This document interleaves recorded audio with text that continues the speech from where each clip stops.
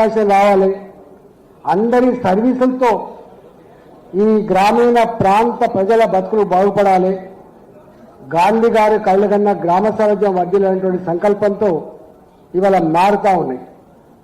ఆ మార్పు బాగానే ఉంది, కానీ ఒక బాధ అనిపించే అంశం ఏంటంటే సర్వీస్ ఓరియంటేషన్ ఎంత ఉన్నప్పటికీ కూడా ఈ పోటీ ప్రపంచంలో ఈ డబ్బుల దుర్మార్గం కూడా నిజంగా సర్వీస్ చేసేటువంటి వాళ్ళకు కొంత అడ్డంకే ఉన్నమాట వాస్తవం.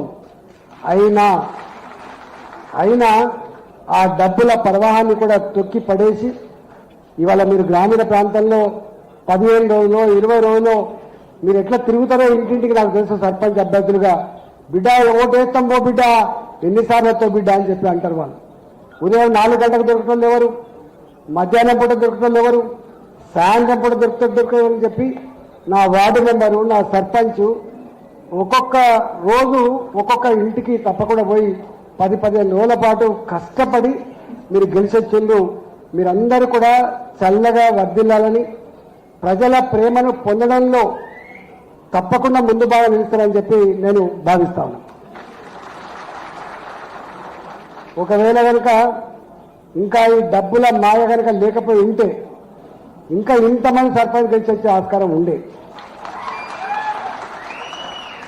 మీ అందరికీ నేను చేసే ఒక విజ్ఞప్తి ఏంటంటే అవకాశం అందరికి రాదు, వచ్చిన అవకాశాన్ని జారవిడుచుకోవద్దు. ఇగో ఫలాని మా సారన్నకు సర్పంచ్ చేస్తే గొప్పగా పనిచేసిండు అనేటువంటి పద్ధతి మాత్రం తప్పకుండా రావాలి. మీరందరూ ఏ విధంగానైతే ఇంటింటికి పోయి వాళ్ళ ఆశీర్వాదం పొందిందో, వాళ్ళని ఓట్లను అడిగిండ్రో, వాళ్ళకు సమస్యల పరిస్థితులు అని చెప్పిండ్రో, మీరందరూ కూడా నోట్ల నాలుకలాగా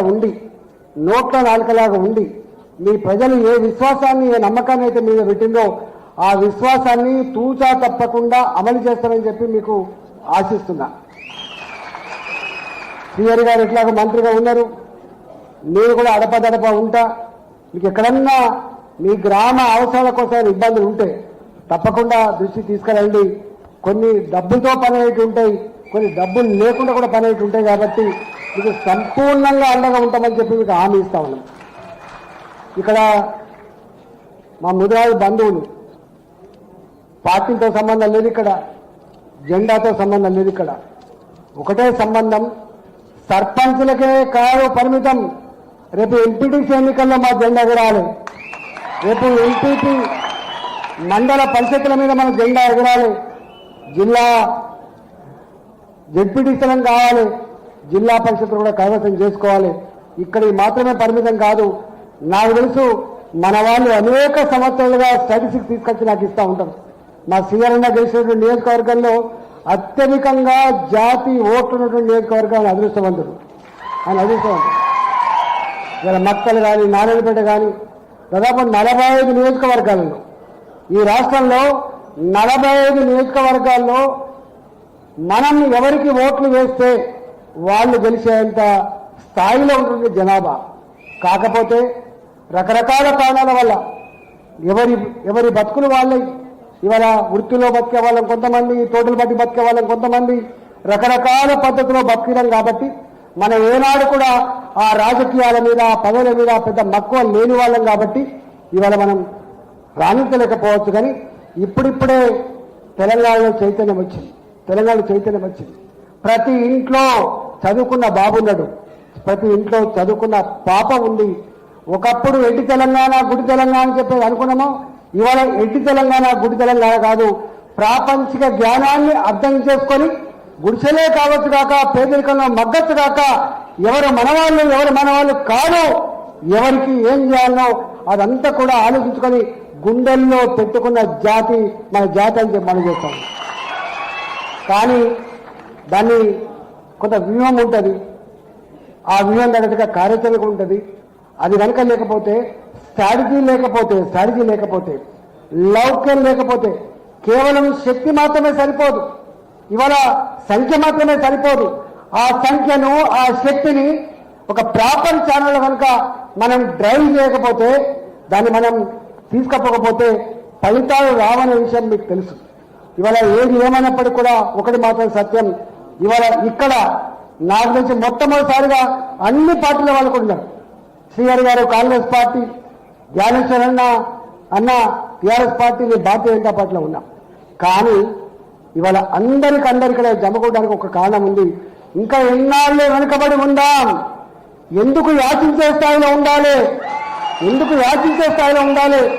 రేషమున్న జాతి, చైతన్యమున్న జాతి, సాహసమున్న జాతి అన్నీ ఉండి కూడా ఇలా దేవి అని అనుకునేటువంటి పరిస్థితులు ఉండొద్దు అని చెప్పి మీ సంకేతం ఏదైతే ఉందో, మీ ఆవేదన ఏదైతే ఉందో దాన్ని అమలు చేసే వేదికగా కావాలని చెప్పి నేను మనస్ఫూర్తిగా కోరుకుంటున్నాను.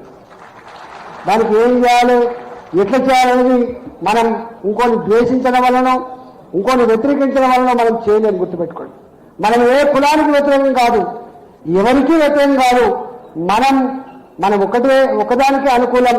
గింతమంది ఉన్న మనం ఇవాళ చిన్న వాళ్ళు కూడా సాధించే స్థాయిలో ఉన్నప్పుడు గింత ఉండి కూడా ఎందుకు ఇలా నిశ్చేష్టమై ఉంటా ఉన్నాం, ఎందుకు యాచించకుండా ఉంటా ఉన్నాం అనేది సమస్య. కాబట్టి ఒక గది పోగొట్టడం కోసం మాత్రమే ఇవాళ ఈ సందేశం అనేది మాత్రమే ఇక్కడికి వచ్చినట్టుగా నేను భావిస్తా ఉన్నాం. దానికి ఒకరు చెప్పాల్సక్కర్లేదు, దానికి ఒకటి చెప్పాల్సక్కర్లేదు, దానికి పెద్ద పాఠాలు కూడా అక్కర్లేదు, దానికి పెద్ద సాహిత్యం కూడా అక్కర్లేదు.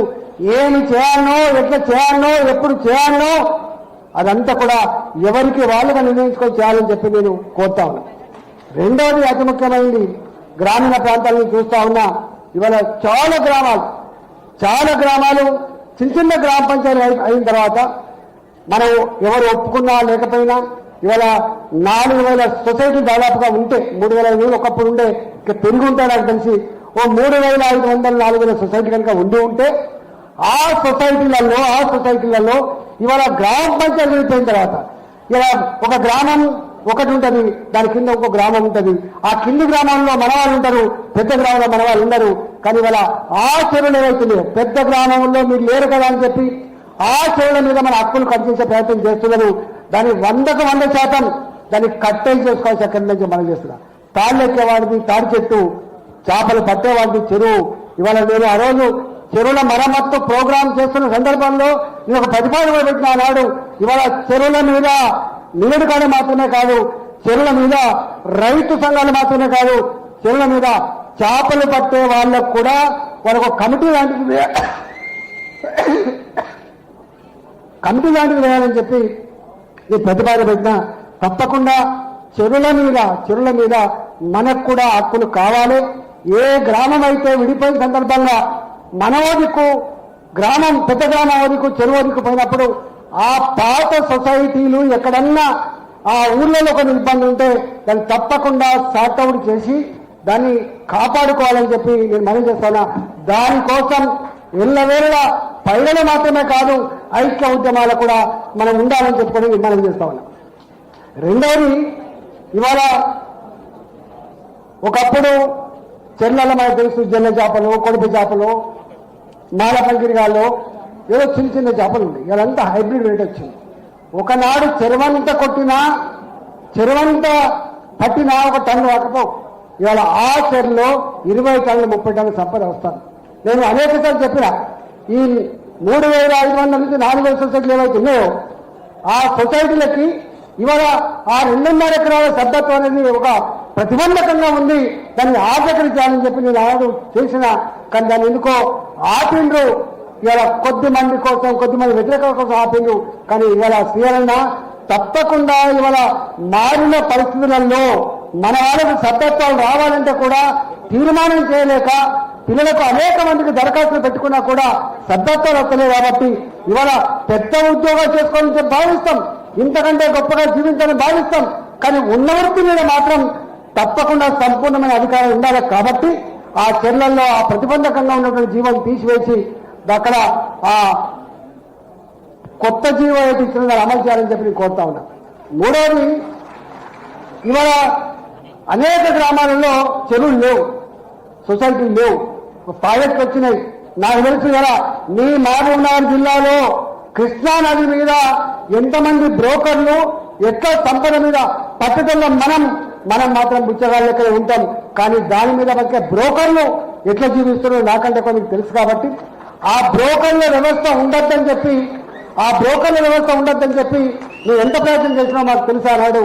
ఇవాళ చేప పిల్లలు ఉచితంగా రావడానికి కారణం, ఇవాళ బండ్లు ఇప్పడానికి కారణం, ఐస్ ఫ్యాక్టరీ లోన్లు ఇప్పడానికి కారణం, డీసీఎంలు ఇప్పడానికి కారణం ఏంటంటే మన వాళ్ళే బ్రోకర్లకు అమ్ముకోకుండా వ్యాపారం చేసుకునే స్థాయికి రావాలని చెప్పి కొంత ప్రయత్నం చేసినాం.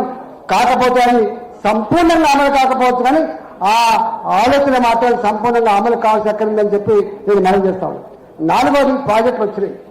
కొన్ని సందర్భాల్లో కొన్ని అనాలోచిత నిర్ణయాలు తీసుకున్నారు. ఇవాళ అందరూ చేపలు పట్టారు, పద్మశాలి చేపలు పట్టే ఆస్కారం లేదు, గౌరవ చేపలు పట్టే ఆస్కారం లేదు. ప్రాజెక్టులలో ఎన్ని గ్రామాలైతే పోయినాయో ఆ గ్రామాలు మాత్రమే కాకుండా, గ్రామాల వాళ్ళకు మాత్రమే కాకుండా ఎక్కడెక్కడైతే గ్రామాలలో మన వాళ్ళు ఉండి వాళ్ళకు సభ్యత్వాలు లేవో, వాళ్ళకు చెరువులు లేవో అలాంటి వాళ్ళకు కూడా కొంత జోన్లు ఏర్పాటు చేసి వాళ్ళకు సభ్యత్వాలు ఇస్తే వాళ్ళు పట్టుకునేటువంటి ఆస్కారం ఉంటుంది. మీకు ఎల్ఎండిలో దాదాపు 15-16 గ్రామాల వాళ్ళకి అక్కడ సభ్యత్వాలు ఇచ్చిండ్రు. అట్లనే ఇలా గోదావరి మీద బోర్డర్లు ఉన్నాయి కాబట్టి వాటి మీద కూడా సభ్యత్వాలు ఇచ్చి ఆలోచన చేయమని చెప్పి కోరుతా ఉన్నా. కొద్ది మంది సంకుచిత వాదులు వ్యతిరేకిస్తూ ఉంటారు, దాని గురించి మనం పట్టించుకోవాల్సి అక్కర్లేదు. రిపీటెడ్ గా కొంత మీరు ఎఫర్ట్స్ పెట్టండి, తప్పకుండా అయిద్దని చెప్పి మనం చేస్తూ చివరగా ఒక మాట ఇవాళ మీరు చూస్తా ఉన్నారు. నేను 2004లో ఎమ్మెల్యే అయిన తర్వాత నాకు బండ ప్రకాష్ అన్న నాకు సబ్జెక్ట్ ఇచ్చింది. ఒకే రాష్ట్రం ఒకే వృత్తి ఎందుకు ఈ వివక్ష అని చెప్పి మొట్టమొదటి మాట్లాడింది నేనే అసెంబ్లీలో. ఆనాడు రాజశేఖర రెడ్డి గారు అట్లే అన్నమేమో ఉద్యమాలు చేసిండు. మా జ్ఞానేశ్వర అప్పుడు పేదలు నాకు తెలిసి అంత పెద్ద మీటింగ్లు మనం జరగకపోవచ్చు, వారు అట్నుంచని తీసుకొచ్చిండు. వీరు సబ్జెక్ట్ ఇస్తే నేను అసెంబ్లీ ప్రస్తావించినాడు 2008 బై ఎలక్షన్లో మహబూబ్ నగర్ లో జడ్చర్ల నుంచి అని అనౌన్స్ చేయడం జరిగింది. ఆ డిమాండ్ ఎల్లవేళలో ఉంది. బీసీ-డి నుంచి ఏకరావాల డిమాండ్ అయితే ఉందో అది శాశ్వతమైన డిమాండ్. దానికోసం తప్పకుండా అందరం ఐక్యంగా ఫైట్ చేద్దామని చెప్పి మనం చేస్తూ చివరిగా ఒక మాట మళ్ళీ చెప్తున్నా, అందరినీ కలుపుకొని పోవాలి. మనకు మనంగా ఐసోలేట్ కావాలి, గుర్తుపెట్టుకోండి. నాయకులు ఎదగాలని కూడా వాళ్ళు ఒక దాంతో ఒక ఎమ్మెల్యే కాలేడు, ఒక ఎంపీ కాలేడు. మీకు తెలుసు మాలాంటి వాళ్ళం మామూలు కుటుంబాల నుంచి వచ్చి ఒకసారి ఎమ్మెల్యే అయితే 20 ఏళ్ళ దాకా మళ్ళీ పోలేదు. ఎందుకు పోలేదో ఆ చరిత్ర మీ కళ్ళ ముందు ఉన్నది. ఇవాళ మీకు ఇక్కడికి వచ్చిన మలకాయకి వచ్చిన నేను కొత్త ప్రాంతం వచ్చి నీ బిడ్డనని చెప్పగానే వచ్చింది. ఇవాళ మాలాంటి వాళ్ళం ఎక్కడ అణచివేత ఉన్నా, ఎక్కడ దోపిడీ ఉన్నా, ఎక్కడ అక్రమాలు జరిగినా, ఎక్కడ అప్రజాస్వామిక పద్ధతులు వచ్చినా దానికోసం వెలుగెత్తే బిడ్డగా మేము ఉంటా అని చెప్పి అప్పుడు చెప్పినా, ఇప్పుడు చెప్తాను, రేపు చెప్తాను. ఫైటర్లాగా ఉండాలి. ప్రజల మీద జరిగేటువంటి దుర్మార్గాలు ఏమున్నా కూడా, మన మీద జరిగేటువంటి దుర్మార్గాలు ఏమైనా కూడా మన మీద మాత్రమే కాకుండా ఇతర ప్రజల మీద కూడా ఏమైనా అన్యాయం జరిగినా, దుర్మార్గం జరిగినా మనం తప్పకుండా అండగా ఉండాలి. మనం పెద్దల పాత్ర పోషించాలి. నేను గ్రామాలు చూస్తా ఉన్నా, సాహసానికి లౌక్యం ఉన్న వాళ్ళం కాబట్టి ఆ సాహసం ఉన్న వాళ్ళం తప్పకుండా అందరికీ కూడా ఎక్కడ అన్యాయం జరిగినా మేము ఉన్నాం అనేటువంటి పెద్దన్న పాత్ర పోషించాలని చెప్పి మీ అందరికీ విజ్ఞప్తి చేస్తున్నా. గ్రామాలలో అందరూ కలుపుకొని ఇలా లీడ్ చేసేటువంటి సందర్భం మీకు ఆసనమైంది కాబట్టి ఆ దిశగా మీరు అడుగులు వేయాలని, బ్రాడ్గా ఉండాలని, బ్రాడ్గా ఎదగాలని, అందరినీ కలుపుకొని ముందుకు పోవాలని, రాజ్యాధికారమే ధ్యేయంగా మనం పనిచేసే పరిస్థితి రావాలని చెప్పి మనస్ఫూర్తిగా కోరుకుంటూ, ఇంత గొప్పగా ఆర్గనైజ్ చేసినటువంటి వాళ్ళందరికీ కూడా నాకు మంత్రి గారు 3 సార్లు ఫోన్ చేసింది. అన్నా వస్తున్నావా లేదా, పక్కా వస్తానని చెప్పిన తప్పకుండా ఎక్కడ ఎప్పుడు పిలిచినా జాతి ప్రయోజనాల కోసం మీ బిడ్డగా నేను మీ వెంట ఉంటా అని చెప్పి మాట ఇస్తూ నమస్కారం. థ్యాంక్ యూ సో మచ్ అన్నా. వెంటనే డాక్టర్ బండా ప్రకాష్ ముదిరాజ్ గారు, ఎమ్మెల్సీ, తెలంగాణ శాసన మండలి ఉపసభాపతి, మా అందరికీ ప్రియమైన అన్న. మీరు మాట్లాడితే 4 మంచి ముచ్చట్లు, అసలైన ముచ్చట్లు బయటకు వస్తాయన్న ఆలోచన ఉంటుంది. మనకు తెలియని 4 ముచ్చట్లు ఎప్పుడు బయటకు వస్తుంటాయి. ఈ అన్న మాట్లాడుతుంటే మీరు మాట్లాడాలి.